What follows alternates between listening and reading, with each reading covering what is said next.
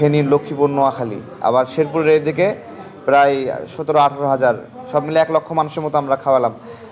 সবাই জানে যে গণ অধিকার পরিষদ, খাবার দিতে গেলেও মানুষ বলে এটা কি নূর ভাইয়ের সংগঠন। বেসিক্যালি আপনার হলো আমরা এই ধরনের একটা যে আমরা কাজ করছি তাদের নামে সবাই করতেছে, একটা বিব্রতকর অবস্থা আমরা ফিল করছিলাম। সে জায়গা থেকে আমাদের বড় ভাই যারা আছে শুভাকাঙ্ক্ষী, তারা বলছিল নামটা পরিবর্তন করে নেন, আপনাদের জন্য ভালো হবে। তো আজকে থেকে আমরা আম জনতার দল, এই আর কি।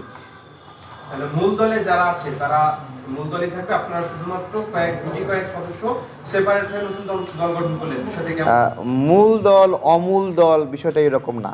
কিছু হ্যাঁ, কিছু নৈতিক প্রশ্নে, সার্বভৌমত্ব রিলেটেড প্রশ্নে আমরা কিন্তু আলাদা হয়েছিলাম, এটা আপনাদের স্মরণ রাখতে হবে।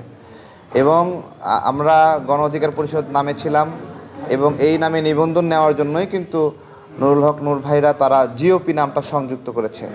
তারা কিন্তু ফ্রেশ গণ অধিকার পরিষদ নামে নিবন্ধন নিতে পারে নাই, তাদের নামের সাথে গণ অধিকার পরিষদ জিওপি প্যাডে সংযুক্ত আছে। এরপরেও আমরা গণ অধিকার পরিষদ রিড করা ছিল, সব কিছু ছিল, শুধুমাত্র বিবাদ এড়ানোর জন্য। আমরা ঝগড়া চাই না, কাজ করতে চাই।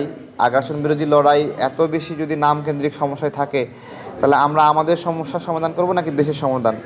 ওই জন্য আগে আমাদের সমস্যাটা সমাধান করে নিলাম, যেন নির্বিঘ্নে আমরা কাজ করতে পারি।